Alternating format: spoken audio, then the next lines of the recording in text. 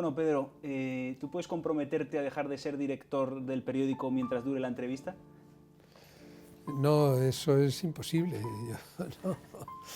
Lo digo por preguntar sin miedo a las represalias. No, yo siempre he generado mucha libertad y mucho pluralismo alrededor. Las preguntas nunca son inconvenientes. Te pedí una entrevista íntima cuando concertamos esto y te lo has tomado muy a pecho porque me has citado 3 metros de tu dormitorio. ¿Por qué? No, bueno, digo que... Bueno, que lo hemos, digo que estamos te lo haciendo, agradezco porque te lo has tomado en serio. que la única Te lo has tomado en manera, serio. no, la única manera de que no nos den la lata y que no se mezclen otras cosas, pues es quedar aquí en casa, sí. Tú en el libro cuentas que en algunas épocas se te ha acusado de cierto amarillismo. Entonces yo voy a hacer ahora uso del amarillismo para decir a nuestros espectadores, lectores, que hablaremos del vídeo, pero será luego. Así los conservamos hasta el final de la entrevista. Después de la publicidad. Quería empezar con esto. Me han ofrecido tomar algo, he pedido un vino. Ya sé que a ti no te gusta que bebamos cuando trabajemos y quiero empezar con esto, porque tú cuando eras muy joven, tenías 28 años, te nombran director de un periódico, de Diario 16, llegas y prohíbes el alcohol en la redacción, que era una constante. ¿Cómo fue aquello? O sea, no te pregunto por la medida, sino por el cómo, porque tú tienes 28 años y ya es una redacción en la que los redactores tendrían 50, 60 y dirían, oye, este chaval viene y... ¿Cómo fue aquello? Bueno, había que empezar a cambiar las cosas de raíz, ¿no? Y claro, a mí me parecía inaudito que el trabajo de la redacción se desarrollara entre copas de coñac y volutas de humo, ¿no? Entonces no estaba mal visto el fumar y por lo tanto yo nada dije del tabaco, aunque yo no fumaba y no me gustaba, pero los lectores merecían el respeto de que Pero hubo la escritura en la redacción a esa medida. Bueno, yo creo que las cosas hay que hacerlas de inmediato. O sea, yo creo que fue algo tan fulminante, les cogió de sorpresa y no tuvieron más remedio que aceptarlo. ¿Es verdad que las vacaciones te parecen un invento diabólico o pernicioso? Bueno, eso lo decía sobre todo, eso lo decía Anson, ¿no? Que decía que las vacaciones eran un invento franquista. ¿Y tú compras ese discurso o no? La verdad es que cada vez que tengo una oportunidad de ir con Cruz a algún lugar interesante... Sí. No te preguntaba por las tuyas, preguntaba por las nuestras, por las de los demás. Bueno, yo hablo de las mías porque eran las que estaban en cuestión, porque Anson decía, ¿qué diablos hacemos yéndonos de vacaciones, ¿no? Y algunas veces yo estaba de acuerdo con él. No, yo creo que la manera de trabajar bien y la manera de hacer bien el papel como periodista, pues es que todo el mundo tenga un tiempo de descanso y de descompresión, ¿no? Pero nunca dejamos de ser periodistas. ¿O acaso, si estando de vacaciones tú te encuentras con una noticia, dejas de llamar al periódico, dejas de contar la historia? Evidentemente no.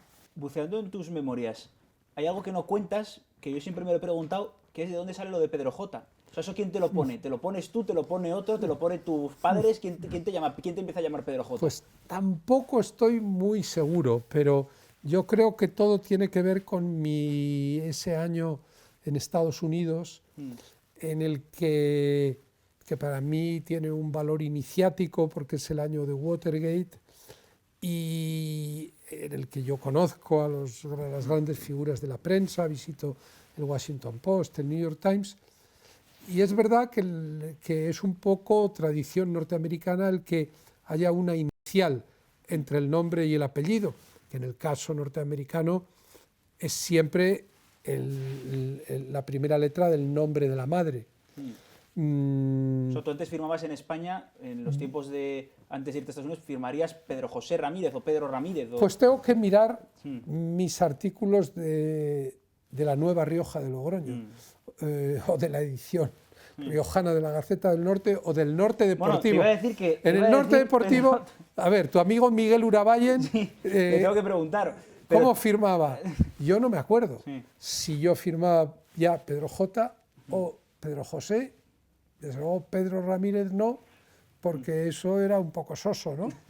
Pero yo, a lo mejor es que ya se me había ocurrido a mí antes, ¿no? Bueno, cuando tienes un nombre convencional, un apellido tan poco singular o tan poco Gracias.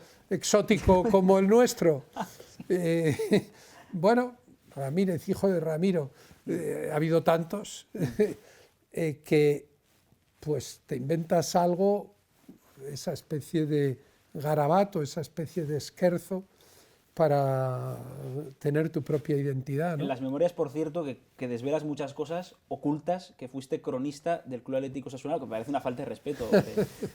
No, es verdad que, o sea, son las memorias, mis memorias como director. Hay un poquito de flashback, pero hay muchas cosas previas a 1980, pues que yo no cuento. Pero la verdad es que guardo unos recuerdos extraordinarios de aquellas noches en la redacción del Diario de Navarra, los domingos por la noche. El Diario de Navarra estaba, porque no salía los lunes, porque solo salían las hojas del lunes y el Norte Deportivo, y ahí también, es verdad, ahora estoy acordándome, había bocadillos de chistorra y había alcohol en aquella redacción. No sé qué estamos haciendo mal en el español, pero yo fui, me gustó mucho cubrir a los Osasuna, aquella, no sé si fue 1 o 2 temporadas. Sí. Te voy a leer un fragmento de esos flashbacks. Desde muy pequeño tuve la sensación de que quienes me rodeaban en el colegio se fijaban en lo que yo decía o hacía. Otro dato, en la comunión fui yo el encargado de decir, renunciáis a Satanás, tal. Y todos iban, por cierto, de marineritos, menos tú que ibas vestido de frac. ¿Qué era lo que te hacía un niño diferente? Porque, según cuentas en el libro, tú ya lo sentías siendo niño, no lo has visto con perspectiva. Sí, es cierto. Yo siempre tenía un sentido individualista. ¿Por qué? Pues no sé, será algo genético, porque yo no nací ni en una familia especialmente elitista, ni vivía en un entorno sofisticado, era una ciudad pequeña en una España muy pequeña, ¿no? Bueno, supongo que... ¿Te sentías un niño más listo que los demás? Más listo no, más listo no. Me sentía disconforme con lo que veía alrededor. Me sentía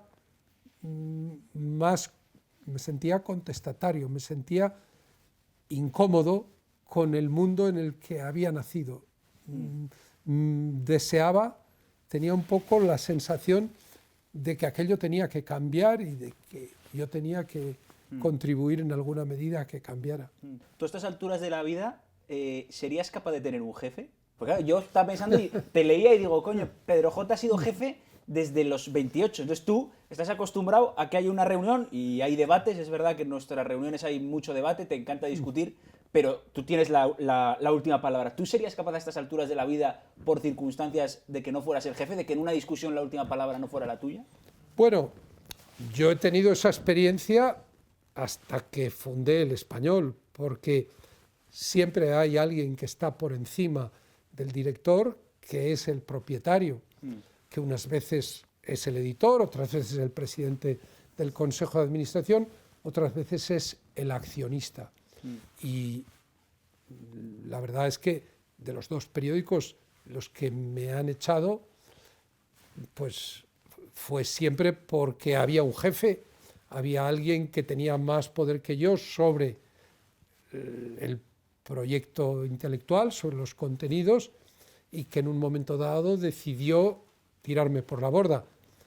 Es verdad que ahora eso ya no puede suceder y que a lo mejor pues la bendición disfrazada de mi destitución como director del Mundo es que con la indemnización que me tuvieron que pagar pudimos poner en marcha El Español y ahora ya no hay nadie que me pueda Solo nos queda cometer un magnicidio, ¿no? Sí. Sí, en el caso de... Bueno, sería... recurrir a la violencia, ¿no? Sería heroico. Nos daría muchas visitas. Sería heroico si eso ocurriera. Si hubiera motivo. Creo que hoy por hoy no pasaría... No, los autores de ese acto quedarían mucho peor en la historia que los que acabaron con César. Oye, te iba leyendo y digo, ¿el poder alguna vez te ha hecho perder la perspectiva? Porque hay una anécdota maravillosa en el libro, que a mí me ha dejado un poco preocupado, en la que tú le echas a Zapatero, siendo presidente del gobierno de España, una bronca espantosa por no ir a la fiesta del mundo. Claro, y él te decía, pero Jota, es que tengo que gobernar el país, tenía una reunión y tal. Tú le echas una bronca, o por lo menos así queda en el libro, bastante severa. Bueno, todas las conversaciones que aparecen en el libro sucedieron en los términos en los que se reproducen. Por eso. En unos casos porque eran conversaciones telefónicas de las que yo tomaba nota mientras sucedían, en otros casos porque era un encuentro en la Moncloa y yo volvía rápidamente a casa y apuntaba. Lo esencial puede cambiar una palabra en vez de misterio, enigma, en vez de... Bueno, y en otros casos, y en el caso de Zapatero, cada vez que hablábamos en la Moncloa, había una persona, o en casa de su secretaria, había una persona que tomaba nota. Y creo que fue una idea del propio Zapatero, pues él tenía un concepto, y sigue teniéndolo, de la democracia como una deliberación permanente, y él pensaba que pues lo que él y yo hablábamos o discutíamos podía tener un valor. Eso no fue una discusión, eso fue una bronca. Hombre, que le echaste al presidente del gobierno por no ir a la fiesta del mundo. No fue una discusión. Vamos a ver. Yo me sentí muy decepcionado porque nos dejó tirados en el último momento. Si él me hubiera dicho 4 días antes o 6 días antes, mira, no puedo ir a la fiesta porque tengo la cumbre de la OTAN, porque tengo una reunión. No, pero es que él dejó de ir a la fiesta del mundo porque le montaron un encuentro con Cisneros. O sea... Bueno, y porque tuvo una reunión sobre un tema de Batasuna, algo de ETA y tal. Claro, yo también estaba muy mosqueado y enfadado con él porque él había cambiado su línea en relación a cuál tenía que ser la estrategia para dar estabilidad a la legislatura. Yo siempre he estado a favor de los grandes pactos entre el PP y el PSOE, y eso estaba bien encaminado con Rajoy. Sí, eso te voy a preguntar luego. Y de repente se cruzó una carta de Batasuna y él ya pues cambió de paradigma, y eso pues también me parecía a mí mal. Pero bueno, yo al final, si no recuerdo mal, lo que le decía, oye, podías haber hecho acto de presencia. A grandes rasgos, porque esto es mucho más complejo, pero a grandes rasgos puede haber dos tipos de directores, ¿no? Unos que creen en la empatía, la cercanía, en esa especie de coaching para sacar lo mejor de los redactores, y otros más estilo Robespierre, que quizá confían más en el terror o la presión para que alguien dé lo mejor de sí mismo. ¿Tú crees que das o has dado miedo a tus redactores? A veces me sorprende cuando recibo ese feedback. O sea, que lo habías recibido. Sí, y yo creo además que si es así, pues han sido momentos en los que yo habré ejercido de una manera desequilibrada mis funciones, porque yo lo que hago mío es el paradigma de Robespierre, que el terror sin la virtud es estéril y la virtud sin el terror es impotente. Yo creo que el director tiene que transmitir seguridad, determinación, convencimiento, coherencia en torno a unos valores y a unos ideales, eso es la autoritas, pero al mismo tiempo tiene que ser capaz de generar un trabajo coral, una labor en equipo, que es la que hace grande al final a una redacción. Yo he escuchado algunas veces, es que Pedro J. impone, pero ayer me sentí muy reconocido anoche cuando Lucía Méndez explicaba en televisión española que en el mundo que yo dirigía había un ambiente de libertad personal, de pluralismo, de debate y de trabajo colectivo, ¿no? Y en tu forma de ejercer el poder en el periódico, en los periódicos en los que has estado al frente, ¿te ha servido el teatro? Porque a ti te ha gustado mucho siempre el teatro, y te voy a contar una anécdota. Cuando al poco de empezar a trabajar contigo me echaste una bronca de 1000 pares y entonces yo me quedé acojonado, ¿no? Yo no te conocía mucho y tal, y entonces a Ferrer Molina, que te conoce mucho, yo me acuerdo que le dije, joder, me ha echado una bronca, él la había visto y tal. ¿Pero y la entonces, bronca estaba justificada o no? probablemente. Pero me dice, No, yo creo que sí, probablemente. yo creo, bueno, ¿Pero tú te acuerdas de cuál era la cuestión? Todo es discutible. Sí, era una cuestión nimia. Era una cuestión, Bueno. no, era una cuestión nimia. No, te la puedo decir, no se me ha olvidado, pero era una cuestión nimia, ¿no? Pero si yo tenía razón. Bueno, era a medias, la tenías a medias. En cualquier caso, Ferrer Molina me dice, fíjate, me dice, tranquilo, está cabreado, pero hay parte de teatro, a veces actúa para transmitir mejor su mensaje. O sea, tú, tanto cuando echas broncas, pero cuando haces otras cosas y das un discurso en la redacción, etcétera, a ti te ha servido el teatro, porque tú hacías mucho teatro en la universidad. Bueno, yo hice mi trabajo de fin de carrera. Teatro informativo. Hacia un teatro informativo que realmente yo lo que analicé entonces, y tenía 20 años, es la similitud entre la estructura comunicativa, entre el hecho teatral, el hecho dramático y el hecho informativo. Es decir, estudiando el teatro documento de Peter Weiss, de los documentalistas alemanes, luego ha habido muchos otros émulos de ese tipo de teatro, en el que incluso nosotros, en el grupo de teatro de la Universidad de Navarra, hicimos un ejercicio sobre vinculando el retablo de las maravillas de Cervantes con el boom del turismo de la época de Fraga en el final de los 60 y comienzos de los 70, y luego también yo hice una producción sobre la necrofagia en los Andes de aquel equipo de rugby que tuvo el accidente, utilizando la estructura de la obra de Mroczek en alta mar. O sea, yo he estudiado mucho la similitud entre la estructura comunicativa del teatro y la del periodismo. Y yo creo que todo esto que se habla del docudrama y muchos programas de televisión, y al final el proceso de control, de selección y de síntesis de todos los elementos que te proporciona la realidad para comunicar algo inteligible e impactante, yo creo que hay muchas similitudes desde el punto de vista de las técnicas de comunicación.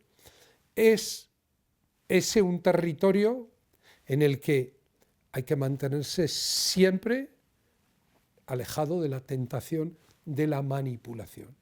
Es decir, la regla de oro es, sí, la realidad tiene suficientes elementos atractivos, suficientes elementos dramáticos, como para que si los buscas bien, puedas contar una buena historia que sea verdadera. Lo que no puedes hacer es inventarte algo, lo que no puedes hacer es sobreargumentar. Sobre todo en distintas actuaciones tuyas. Hablábamos de las broncas, pero hablo también de los discursos en la redacción, de, no sé, cuando hablamos algo y hay alguna reunión así un poco más sofisticada, tú ahí, que hacías teatro, o sea, ¿tienes la sensación de que te sirve o de que...? Bueno, no sé, yo lo que creo es que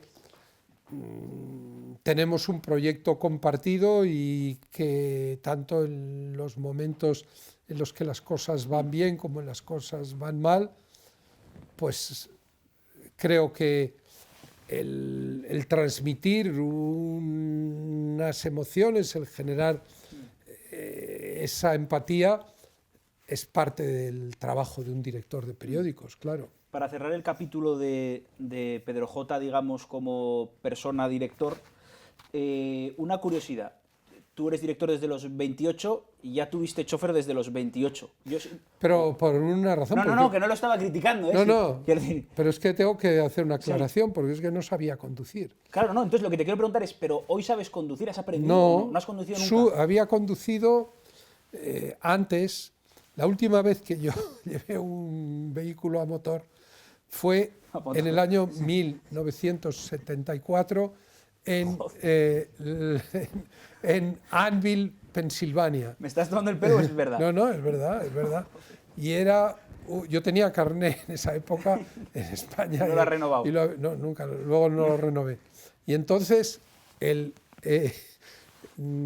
director del Departamento de Literatura, de Lenguas, de Literatura Extranjera del College de la Universidad de Primer Grado en el que yo daba clases, tenía 2 coches y me pidió que le llevara el segundo coche para llevarlo a su garaje, en fin, era una cuestión logística. Y además un coche automático. O sea, no lo estrellaste de milagro, ¿no? No, pero bueno, es que me lo explicó todo, más o menos, no me creaba ninguna complicación, pero se le olvidó un pequeño detalle. ¿Cuál era el botón del limpia parabrisas? Y entonces, apenas habíamos comenzado el recorrido, empezó a llover, que no veas. Y era otoño, invierno, o sea, aunque no era muy tarde, había bastante oscuridad y yo seguía ahí, en medio de la lluvia, unos faros que tal, y es de esas veces que la verdad es que lo pasé muy mal, pero bueno, ¿por qué no he conducido nunca? Porque me distraigo mucho siempre. O sea, yo seguro que tendría constantemente accidentes de coche, porque no puedo concentrarme en algo material porque siempre se me ocurren cosas de por medio, ¿no? Te voy a hacer ahora unas preguntas muy parecidas a las que le hicieron a tu viejo conocido José Luis Rodríguez Zapatero en aquel programa de televisión. Claro, el hecho de que te lleven en coche te hace perder a veces cierto contacto con la calle. ¿Tú sabrías decirme lo que vale una barra de pan o lo que vale un billete de metro? Yo tengo una anécdota mucho más elocuente que todo eso, que eso es demasiado tópico. Sí, pero no me quieres contestar por si acaso. No, te contesto con algo ¿Sí? que va a ir todavía más en mi contra. Pues cuando yo empecé a vivir, a pasear, cuando conocí a Cruz y dábamos paseos urbanos, pues hubo un día en que estábamos cruzando un semáforo y yo digo, oye, ¿y estos pajaritos que están cantando, esto qué es? Y Cruz me dice, ¿cómo que esto qué es? Pues si es que todos los semáforos tienen ese sonido. Y yo, pues es que... Pero eso ya es prácticamente de no salir a la calle. La realidad es que yo llevaba muchos años sin cruzar un semáforo. ¿Tú tienes escrito poesía, tienes escrito novela? No. Algún texto muy adolescente de prosa poética o de algún poema rudimentario, pero no. ¿No escribes ni siquiera cartas de amor, como te preguntó Jesús Quintero? Bueno, yo creo que ahora ya no necesitan el soporte material, el soporte físico, ¿no? Pero creo que que tendría más capacidad en estos momentos para eso. Pero yo he elegido Bobby Kennedy para no salirme del cuadrilátero en el que me había colocado Zapatero. Hombre, mis referencias históricas, pues ya lo digo en el libro, bueno, hombre, son esas palabras mayores. O sea, personajes históricos. Hombre, puestos a querer ser, pues sí, pero yo admiro muchísimo lo que hizo Ben Bradley, lo que hizo Indro Montanelli, que además escribía historia como nadie, y bueno, pues fueron de estos personajes que fueron resilientes antes de que estuviera de moda la palabra resiliencia. A mí me parece que yo también lo he sido. Sí, luego hablaremos de tu resiliencia. Entrando en política, tus tentaciones. Me entero por el libro de que a ti te ofrecieron puestos políticos, tanto en UCD primero, en la primera etapa, a través de tu amigo Joaquín Garrigues, como luego Adolfo Suárez en el CDS. Bueno, pero lo de Adolfo Suárez era... Bueno, esas cosas siempre se plantean en broma, nadie te... Bueno, pero Adolfo era cuando ya estaba muy fuera de la política, cuando ya había dejado el CDS. ¿Pero te lo pensaste, entrar en política alguna vez seriamente? Solamente durante 10 minutos o 10 días o 10 semanas, en ese momento en que Joaquín lideraba el sector liberal de la UCD y España, la democracia española estaba por hacer. Pero no me costó nada resistir la tentación. Yo siempre pensé que desde el periodismo se podía contribuir a mejorar más la sociedad que desde la política, y menos cuando la política se empezó a configurar como un escenario mucho más disciplinado que el periodismo, y eran excluyentes. Lo que me dijo Montanelli, no se puede ejercer el periodismo teniendo en el bolsillo el carné de un partido. Fíjate, cuando alguien que sí que dio el salto del periodismo a la política, como Cayetana, ella cuenta en su libro, lo vi el otro día, que cuando ella te cuenta, se mete en tu despacho y te dice, oye, me voy al Partido Popular, tú le dices, pero Cayetana, ¿cómo te vas a ir? Dices, si el periodismo es política sin responsabilidad. Bueno, eso yo creo que debí citar al autor de esa frase. ¿Qué es quién? Que es José María Aznar, que además yo lo explico, que él hablaba además de la memoria de su abuelo, y además él utilizaba un símil un poco chusco, que es decir, el único polvo que no tiene consecuencias es el polvo editorial. Es decir, y yo cuando hablábamos de eso, probablemente alguna vez le comentaba esa anécdota del editorialista de La Riva, que unas veces se identifica la anécdota con un personaje o con otro, que se pavoneaba por la redacción diciendo, menudo palo acabo de darle al Kremlin. Entonces, bueno, es un poco una mezcla de ingenuidad y prepotencia, ¿no? Es verdad que en el periodismo tú eres menos prisionero de tus palabras. La realidad, la evolución de la realidad te permite ir cambiando en función de los nuevos elementos que vas conociendo. El lector no se sorprende de que un buen periodista le diga, hoy he descubierto que lo que dije ayer no era exactamente así, porque he conocido un dato nuevo en relación a este asunto. Yo creo que lo que el lector espera es que los periódicos le contemos lo que va sucediendo y aquello de lo que vamos enterándonos.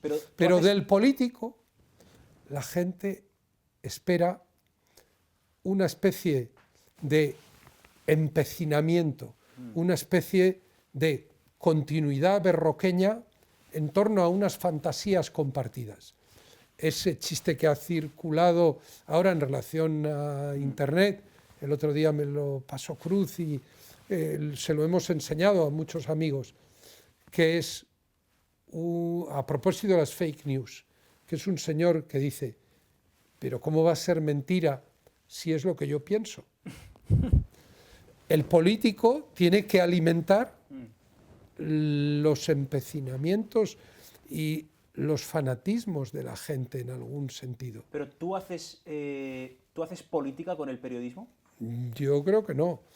Yo creo que el periodismo influye en la política, pero el periodismo y la política son dos cosas distintas. Como imaginaba que me ibas a responder que no, he encontrado varias pruebas de lo contrario en tus memorias que te voy a leer para que cuando digas que no haces política. La ilegalización de HB la pusimos en El Mundo sobre la mesa. Aznar me dio a entender que algo parecido empezaba a rondarle la cabeza.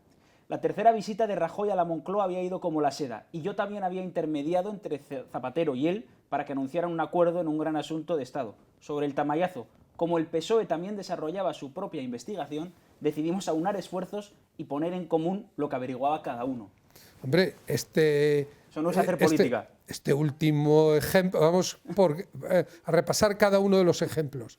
Desde luego, esto es intentar utilizar en favor del periodismo lo que pudiera haber ido descubriendo un partido político.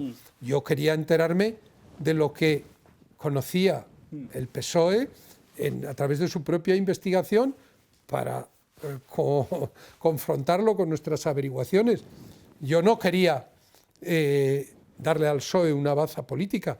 Yo lo que quería era contarles a los lectores del mundo lo que había pasado. Y tengo que decir que aunque ha habido frustraciones mayores, a mí siempre me va a quedar ese reconcome de no haber sido capaz de averiguar y de demostrar cuál fue la manipulación del proceso político en la Comunidad de Madrid por la que 2 diputados del PSOE cambiaron de bando e impidieron la investidura de Simancas. Y ni tenía ni tengo ninguna simpatía especial por Simancas, pero él fue víctima de una manipulación del proceso democrático. Y bueno, yo en relación con que Rajoy y Zapatero se pusieran de acuerdo, es que era lo que el periódico defendía. Sí, pero una cosa es lo que el periódico defiende y otra cosa es el verbo que utilizas tú, que es intermediar para que eso sucediera. Vamos a ver. Por eso te decía lo de hacer política. Bueno, es hacer política. Es, en definitiva, contribuir a que 2 personas que en un determinado momento necesitaban que alguien les ayudara a entenderse, bueno, tú sabes cuál es la posición del español eso no ha en relación a los acuerdos de Estado. Yo creo que es una tragedia para España que Sánchez y Casado no se pongan de acuerdo en nada. Y hay una serie de temas en los que el periódico ha defendido que se pongan de acuerdo sobre el Poder Judicial, sobre el modelo de reforma laboral, sobre el concepto de memoria histórica. Si una conversación con uno o con otro pudiera contribuir a que las ideas del periódico se llevaran a cabo, yo me sentiría muy satisfecho y seguiría ejerciendo un papel como periodista. Cambiando radicalmente. Porque yo no aspiro, nunca aceptaría que ni unos ni otros, nunca aceptaría un cargo político, como ha habido tantos compañeros que lo han hecho. Yo nunca pasaré del periodismo a la política, pero sí desde el periodismo se puede influir en la política, claro que sí. Cambiando radicalmente de tercio, Diario 16 fue el órgano oficioso de la movida, ¿no?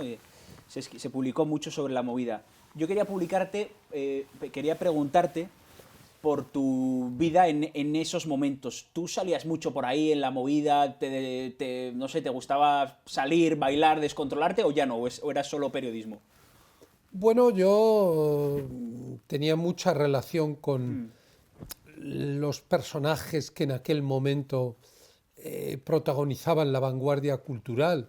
Diario 16 era un periódico que tenía unos suplementos culturales, primero disidencias, luego culturas, que marcaron una época en el periodismo literario y teníamos los premios Ícaro, Ícaro y Dédalo, que destinábamos a los jóvenes creadores, y yo interactuaba y tenía mucha relación con escritores, cantantes, cineastas. Diario 16 era el house organ de la movida, sí. Algunos periodistas veteranos me han dicho que tú en esa época tenías éxito con las mujeres. Te quería preguntar a qué lo atribuyes. ¿Te funcionaba la erótica del poder? Bueno, Tú en el libro hablas de que ibas a fiestas con las musas de la transición, con Victoria Vera, sí, con Ana Obregón, Bueno, yo creo que todo eso era muy episódico y circunstancial. Yo no tengo esa sensación. Yo creo que sí, el periódico tenía un papel de referencia y eso pues generaba relaciones personales, pero yo no tengo... Creo que no... Algunas de esas personas tuve relaciones de amistad con esas personas, pero nada más. Hay alguien que quiere hacerte una pregunta personal. Hola, soy Iñaki Gabilondo. Pedro, de ti se sabe casi todo, pero ¿crees en Dios o no crees en Dios? Coño, Iñaki, es que eres la segunda persona que me pregunta esto. Yo creo que lo hace precisamente por eso, por el guiño a Zapatero. Después ¿no? de Zapatero. Bueno, la verdad es que Iñaki tiene mucha más autoridad para preguntármelo, porque Iñaki me conoce desde hace mucho más tiempo y con él sí que hemos compartido muchas situaciones de tertulia, de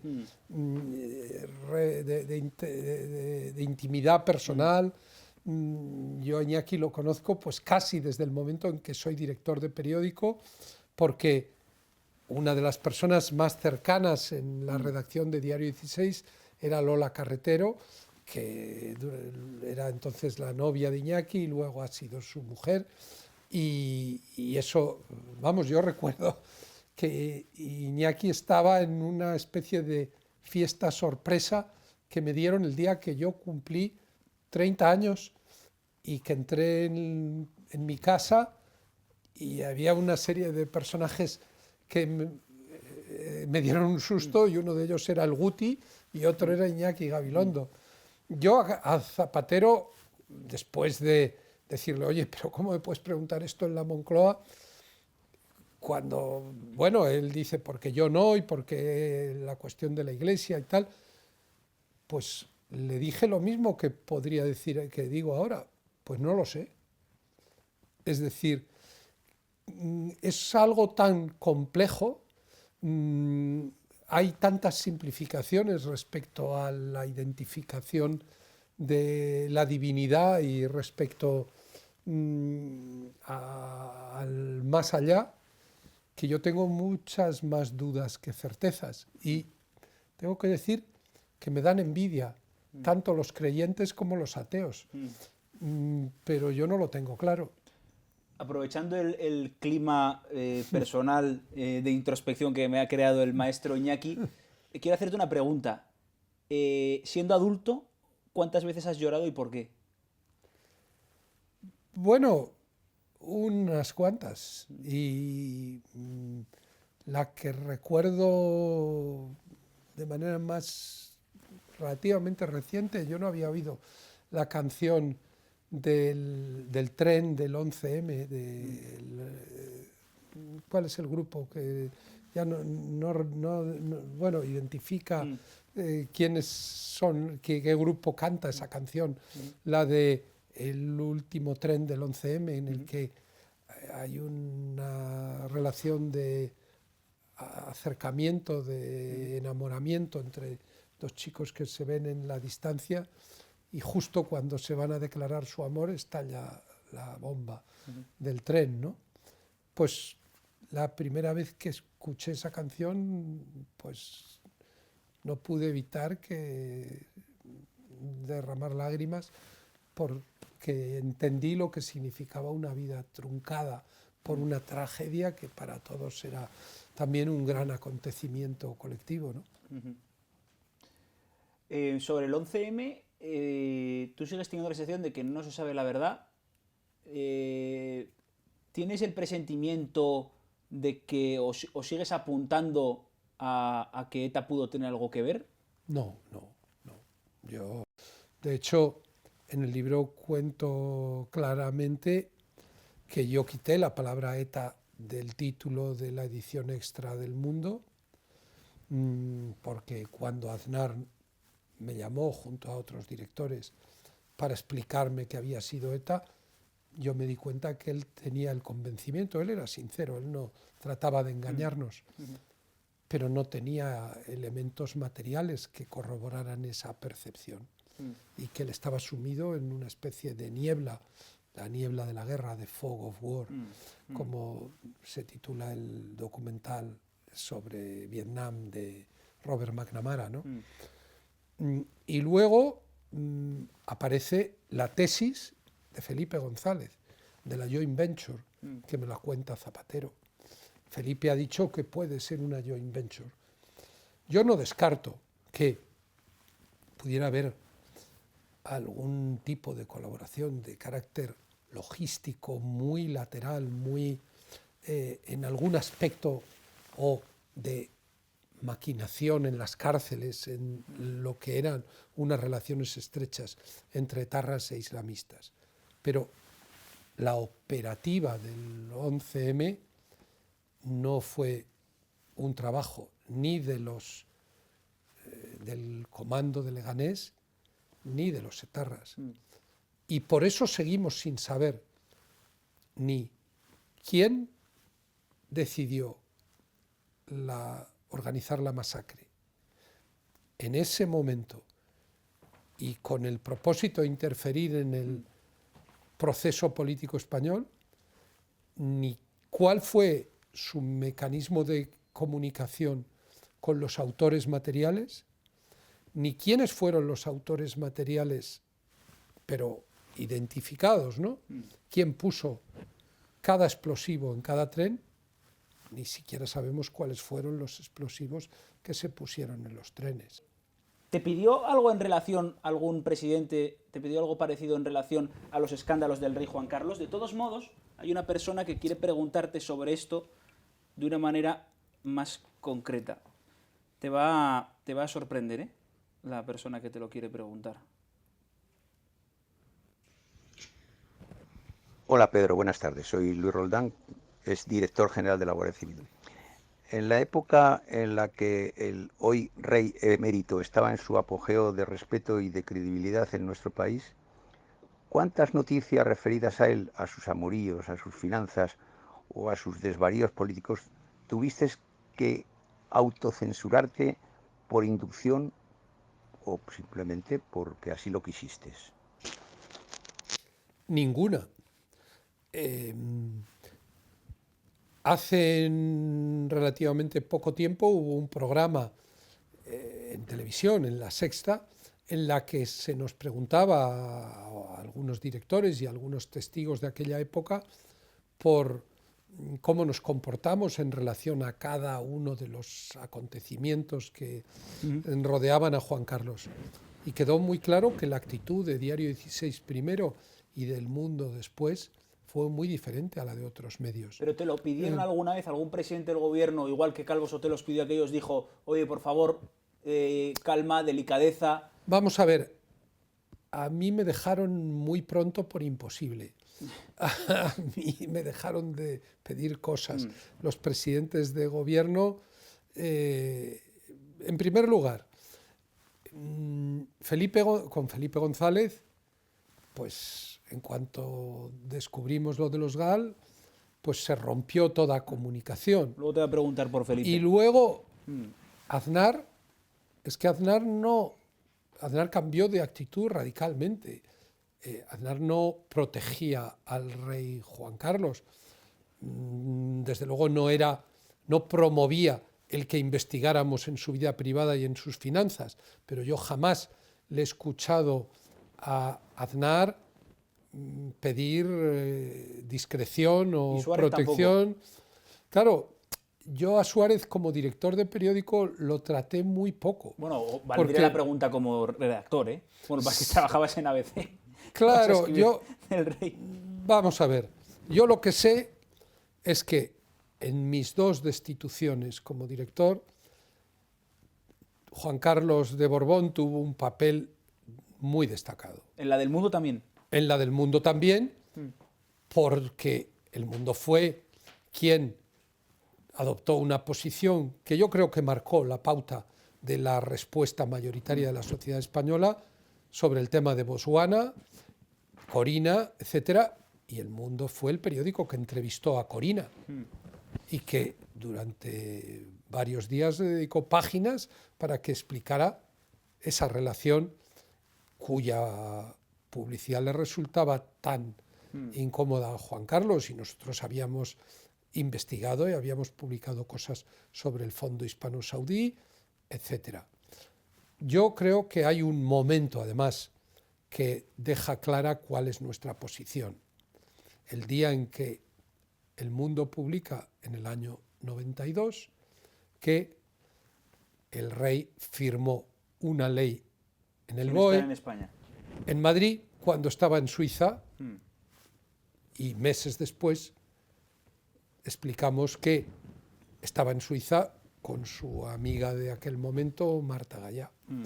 Y en el libro se reflejan, yo tenía cierta relación con Juan Carlos, que él en algún momento trató de cultivar y estrechar, pero Sí, hay muchas conversaciones con él. incluso en libro. ese momento, él me dice, pero yo también tengo derecho a mi vida privada. Mm. Y yo me lo pienso una décima de segundo y le contesto lo que yo creía.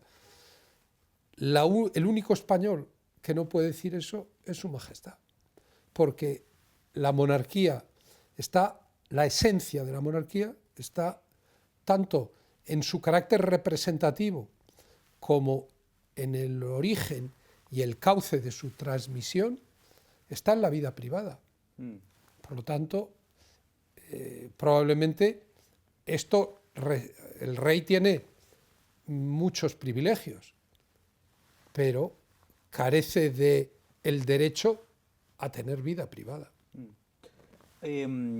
Vamos a la última parte de la entrevista. Felipe González, los GAL, etcétera. A mucha gente se le ha olvidado que tú tenías con Felipe una relación estrechísima, de muchísima complicidad, hasta el punto de que él fue tu fuente en algunas informaciones trascendentales que tú publicaste, ¿no?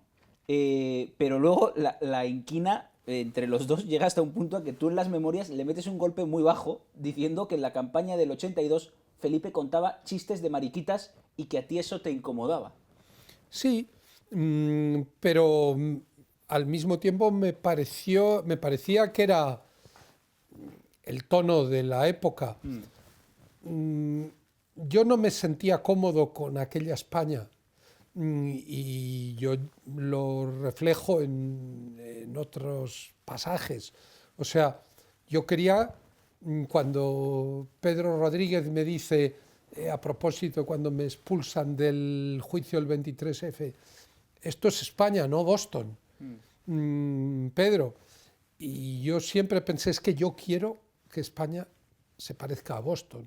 Es decir, yo quiero que nuestra sociedad sea una sociedad más cívica, más desarrollada, más respetuosa con la diversidad, menos entrometida en la vida privada de las personas, menos zafia, menos grosera. Y la verdad es que lo singular es que quien estaba contando esos chistes era el candidato a la presidencia del gobierno del Partido Socialista, que se declaraba progresista, que consideraba ya pues, que había que superar todas esas referencias de la sociología del pasado. De hecho, claro, el gran problema estaba en que Felipe González tenía mucho más que ver con el franquismo de lo que, por supuesto, él estaba dispuesto a admitir. Él te decía a ti, eres el único periodista de derechas inteligente que conozco, y tú le dijiste algo así como el tiempo demostrará que el de derechas eres tú. ¿Tú crees que Felipe González hoy es de derechas? Bueno, yo creo que hay muchos lectores del Partido Socialista que cuando ven ese pasaje dicen, pues mira, Pedro J. tenía razón. ¿Pero tú qué piensas? Hombre, yo creo que hay una trayectoria. Yo creo que González ahí está en sus posiciones políticas, en sus relaciones personales. Yo creo que había en él, desde el primer momento, una pulsión conservadora. O sea, lo que pasa es que también había una ambición de poder muy grande. Hay un momento determinante en nuestra relación, que es la última entrevista que yo le hago como director de Diario 16, a finales del año 86, cuando el titular es: la dosis de cambio ya ha sido suficiente. Hombre, si lleva usted, si no ha completado ni una legislatura, si este sigue siendo un país extraordinariamente atrasado, si en muchas cosas la democracia no ha entrado ni en los estamentos de la vida española, ¿cómo que la dosis de cambio ya ha sido suficiente? Claro, él venía de China, de entrevistarse con Deng Xiaoping, y había hecho suyo lo de gato blanco, gato negro, que cace ratones. Que cace ratones. En esa entrevista hay un diálogo interesantísimo sobre mesianismo, providencialismo, dictadura, hiperliderazgo. Yo he renunciado a mi libertad para que tengáis la vuestra. Todo eso le retrata muy bien.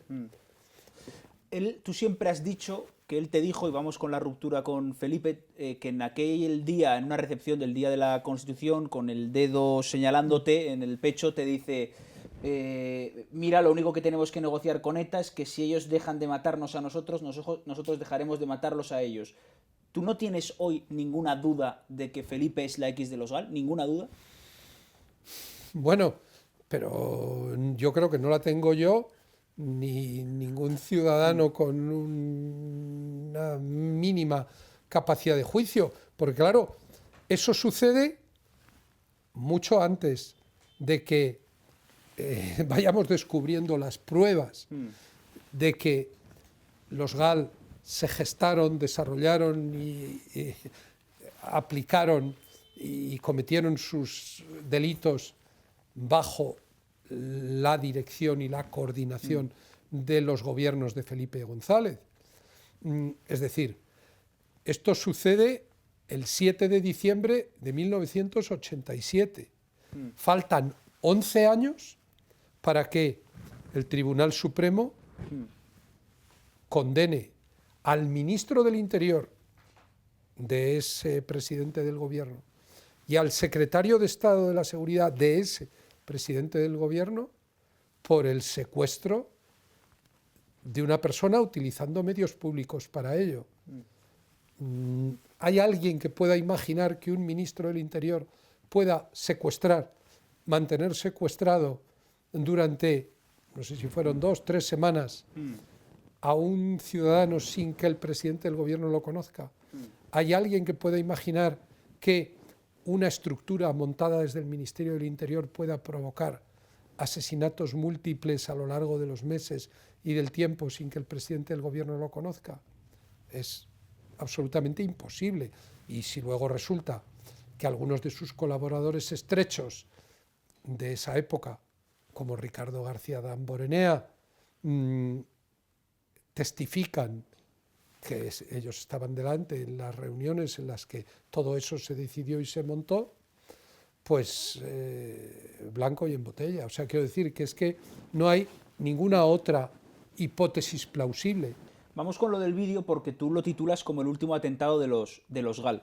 Bueno, eso fue una expresión que utilizó Antonio Herrero, y creo que la sentencia del Tribunal Supremo viene a darle la razón, vamos, lo viene a corroborar en la medida en que establece que aquel montaje fue el producto de un grupo de personas vinculadas a los GAL que pretendían alterar la línea editorial e informativa del Mundo de cara a los juicios que se iban a celebrar. He seleccionado 4 párrafos para poner en contexto a quien vea la entrevista. Dice: Emma era una guineana que se me había presentado 5 o 6 años atrás como representante artística al coincidir en un programa de radio y a la que había visto de forma amistosa media docena de veces en ese largo lapso de tiempo. Me dijo que quería enseñarme algo, yo pensé que se trataba de algún tipo de documentación relacionada con su país y me citó para esa noche en un apartamento de la calle Sorange de la Cruz. La tal Emma me recibió en ropa interior, me ofreció una copa ya preparada sobre una mesita y me propuso una serie de juegos sexuales inesperados e infrecuentes. Yo accedí a ello sin imaginar que dentro de un armario estaba José María Sánchez Cantalejo, que se presentaba como asesor de seguridad del Estado. Sánchez Cantalejo había preparado el atrezo, incluido un dildo de plástico y unas medias de seda roja, también el guión de la película. tú utilizas mucho la metáfora del rodaje, ¿no? Que debía interpretar Emma. También el contenido de las copas. Él mismo había habilitado el armario para poder firmarlo todo con una cámara casera a través de una rendija oculta tras una máscara africana. Pero probablemente no exista en ninguna democracia occidental contemporánea un intento de asesinato civil por parte del poder contra un periodista. Yo no conozco, tú has estudiado mucha más historia del periodismo, yo no conozco ningún caso ni siquiera que se le parezca. Yo ciertamente digo que el día en que se emitió la sentencia, o sea, para mí el momento realmente difícil, los días realmente duros fueron los que transcurrieron entre que se difundió el vídeo y cuando descubrimos la verdad de lo que había ocurrido. Y yo me siento orgulloso de haber reaccionado en ese momento indicando a la redacción que actuara como si se tratara de otra persona, como si no nos concerniera directamente. Ahí había un acontecimiento que estaba teniendo una enorme repercusión social, había que averiguar la verdad. Claro, yo tenía la tranquilidad de que sabía quién era yo, pero podía haber ocurrido que no hubiéramos descubierto quiénes habían organizado todo aquello, ni por qué ni para qué. Pero yo creo que una vez más el mérito fue del periodismo de investigación, en este caso de Antonio Rubio y Manuel Cerdán, que consiguieron identificar a las personas implicadas,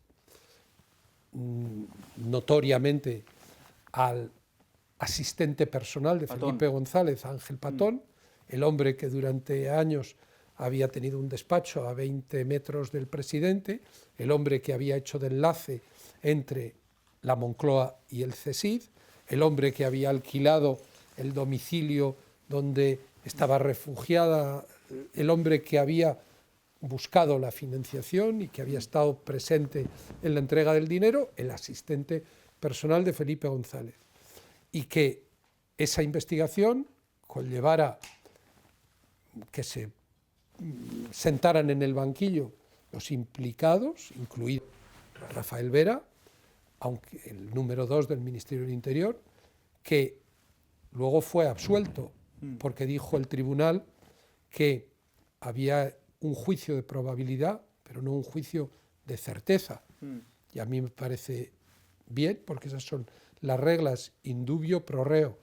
Pero antes de ser absuelto, él pronunció una última palabra, y él dijo que había personas de más alto rango que él implicadas en los hechos. Más alto rango era un ministro. Si Podía él era ser secretario de Estado. Solo un ministro, un vicepresidente o un presidente. Y en el diario de la tal Emma, en el diario de la mujer que utilizaron para tenderme esa trampa, una y otra vez aparece el nombre de Felipe González, bien identificado como Felipe González o como Philip, como la persona que estaba impulsando el que el vídeo se difundiera. Ella actuaba como testigo de referencia, porque eran otros, Patón y Sánchez Cantalejo, quienes se lo decían. Hemos estado con Felipe o hemos visto a Felipe, y ella lo apuntaba en el diario. A mí me ha impresionado mucho encontrar en el libro sobre las memorias de Manglano que el ex director del CSIC anotó que a las 11 de la mañana del 1 de septiembre de 1997 hubo una persona que le contó que existía ese vídeo y que se estaba intentando distribuir. Esa persona, según él relata, fue Felipe González. Y transcurrió prácticamente un mes antes de que los hechos se desencadenaran y de que yo mismo fuera consciente de lo que habían urdido contra mí. Tú en el libro lo que dices sobre la presunta implicación de Felipe González en esto, tú dices que es altamente probable, llegas hasta ahí. Yo creo que el libro ofrece estos elementos de juicio y hay otro testigo que desde la tumba aporta un elemento que lo corrobora. Para mí me parece muy relevante que el Felipe González le contara eso a Manglano. Quiere decir que él lo sabía cuando nadie más, o casi nadie más, porque hablaba de Antonio Asensio y de Antena 3 y tal, lo sabía. El Madrid del poder, lo que Cercas llama el pequeño Madrid del poder, es como dice la expresión, muy pequeño. ¿Tú te has cruzado alguna vez en todo este tiempo con Felipe González? ¿Has hablado con él? ¿Os habéis saludado? No ha habido ocasión. Yo, desde luego, no tengo ninguna cuenta pendiente con él, porque, como digo, yo, en el momento en que hubo sentencias sobre aquel montaje, yo me sentí reafirmado, me sentí respaldado por el Estado de Derecho y me olvidé de ese asunto. Pues sí, para mí no es más que una peripecia pues tan singular como la entrevista con ETA o la cobertura de una campaña electoral. El relato... Pero parece que él sigue con la obsesión y no pierde oportunidad para mantener encendida la llama de su enemistad hacia mí. O sea, Sí. el relato de todo esto, yo creo que tiene una virtud, que es que a los lectores nos empuja a pensar cómo hubiéramos reaccionado nosotros de ser la víctima de eso, ¿no? Por lo menos a mí es una pregunta que se me ha pasado por la cabeza, ¿no? Es decir, que, oye, te hacen esto y cómo sales de esto, ¿no? Tú antes hablabas de la resiliencia. ¿Pero qué alternativas tienes? Bueno, claro, no, pues oye, pues ¿qué alternativas? Pues uno podría haber dejado el periodismo, uno podría haber sido de España, ya. uno podría haberse tirado por el balcón. No, Pero tú hablas de la resiliencia, ya, tú lo pero ves ya, como pero- normal, pero que digo que...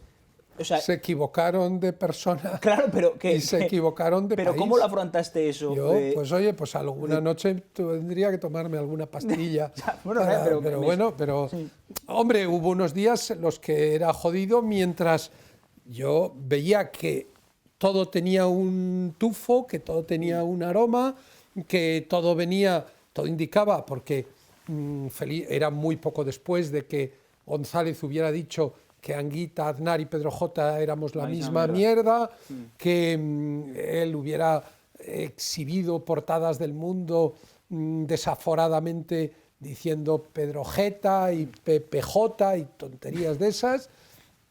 Claro, todo tenía todo parecía ir en esa dirección, pero nos costó demostrarlo. Me acuerdo un día en que teníamos ya el nombre de Ángel Patón y yo me encontré en un acto con Pepe Oneto. Pepe Oneto, que había sido director de Cambio 16, de informativos de La Sexta, una gran figura del periodismo de la transición, que falleció. Y yo le dije, oye Pepe, ¿a ti te suena este nombre Ángel Patón? Y, hombre, el que estaba con Julio Feo en la Moncloa y era el que tenía toda la interlocución con los servicios y con él. Ese era el hombre que estaba con Felipe allí, Ángel Patón, claro. Y te dio la pista. Bueno, me dio la pista, se me abrieron los cielos. O sea, y empezaba, y dice, pues si en el libro de Julio Feo habla de él, y había un libro, y efectivamente en cuestión de horas todo el rompecabezas Encajaba. empezó a encajar, claro. Una curiosidad, ¿tú eres consciente de que toda esta historia de lo del famoso vídeo de Pedro J es una leyenda entre jóvenes periodistas? Te lo digo, yo cuando llegué a Madrid y fui becario una vez y tal, era como la comidilla, ¿no? Coño, el vídeo de Pedro J, tal. O sea, ¿tú has sido consciente de que pasados los años todo esto ha sido como una cosa como entre periodistas casi legendaria? Lo de... Bueno, yo la verdad es que creo que es una nimiedad, es too much about nothing. O sea, lo que tiene de relevante es la implicación de el aparato del poder saliente, del felipismo, el grupo de personas, Goñi Tirapu, que había sido gobernador civil, Rodríguez Menéndez, que era el abogado de los imputados por los GAL y que, por cierto, siempre que ha hablado públicamente ha explicado que González intervino personalmente en todo eso. Yo no le doy ni le quito. O sea, es otro elemento. Haces dos revelaciones nuevas, creo, en el libro, sobre todo esto yo no conocía. Una es que cuando vas a ver a Aznar en ese momento a la Moncloa, cuando se estáis despidiendo, él te da un consejo y te dice, ante la duda, no echar un polvo. Eso fue así. Sí, pero yo no sabía si estaba hablando sobre mí o sobre Juan Villalonga, que era en ese momento el que estaba también en el... Pero bueno, Y luego la otra revelación es que, según cuentas, hubo una negociación para que el vídeo se emitiera en Antena 3 Sí. y que dicen que como no tenía calidad y que entonces que le proponen a esta señora hacer un segundo vídeo. O sea, hasta eso se fue de madre hasta un punto... Ellos estaban empeñados en que su infamia saliera adelante como fuera. Claro, ella no tenía, o sea, yo acudí aquel día a esa cita, pero el momento clave en el que yo creo que todo queda finalmente en evidencia es cuando en el juicio hay un careo y yo le pregunto que a qué teléfono me llamaba. Y llamada centralita. Y era la centralita del periódico, o sea que yo... Y para terminar, 3 preguntas de sí o no. Tú cuentas en el libro que Cebrián y Polanco, en un hotel de la calle Velázquez, te ofrecieron dirigir la revista El Globo. A mí eso me lo contó Cebrián también, pero tú haces una adenda y dices que el plan a largo plazo era ser un serio candidato a dirigir El País. ¿Tú pudiste dirigir El País? Bueno, eso es lo que me explicaron ese día y podría tener una cierta verosimilitud en el hecho de que Cebrián dejó de ser director del País, tal y como me anunció ese día, muy poco después o algún tiempo después, y se nombró un nuevo director. Y yo tengo que confesar que uno de los elementos que a mí me producían desconfianza es pensar que alguien pudiera estar dispuesto a dejar de ser director de periódico para ser gestor, consejero delegado o cualquier otra cosa. Y yo pensé que yo nunca haría eso y que, por lo tanto, ahí había gato encerrado. Que yo no... La verdad es que luego pudo más la contraoferta, la presión emocional del propietario de Diario 16. La verdad es que eso no dejó de ser un futurible y alguna persona me ha preguntado que cómo hubiera sido yo si hubiera llegado a director del País. Y yo digo, pues yo no sé cómo hubiera sido yo sé cómo hubiera sido el País. Desde luego distinto de cómo fue. Antes decías que no sabes si crees en Dios, lo que está claro es que no crees en la jubilación. ¿Tú te vas a morir dirigiendo periódicos o alguna vez vas a colgar los tirantes? Bueno, yo me he comprometido en la serie de vídeos que grabamos con motivo de mi 40 aniversario como director. Al final hay una pregunta que me la hace Cruz Sánchez de Lara y a esa pregunta yo respondo que espero seguir siendo 10 años más director del Español y que ella me pueda volver a hacer esa pregunta. Yo, de momento, me quedan 8 y medio por delante. Nos vas a enterrar a todos. ¿Tienes escrito tu obituario? No. ¿Y quién te gustaría que lo escribiera dentro de muchos años cuando pase? No sabría contestar a esa pregunta. Porque es muy peligroso dejar eso al albur de los acontecimientos. Nunca sabes qué te puedes encontrar. Pues bueno, si os reunís Lucía Méndez, Melchor Miralles y tú, me sentiría... Estoy seguro de que podríais reconstruir un retrato bastante fiel del director de periódicos que he sido durante este tiempo. Pues Pedro, gracias por el desnudo en todos los sentidos. Muy bien.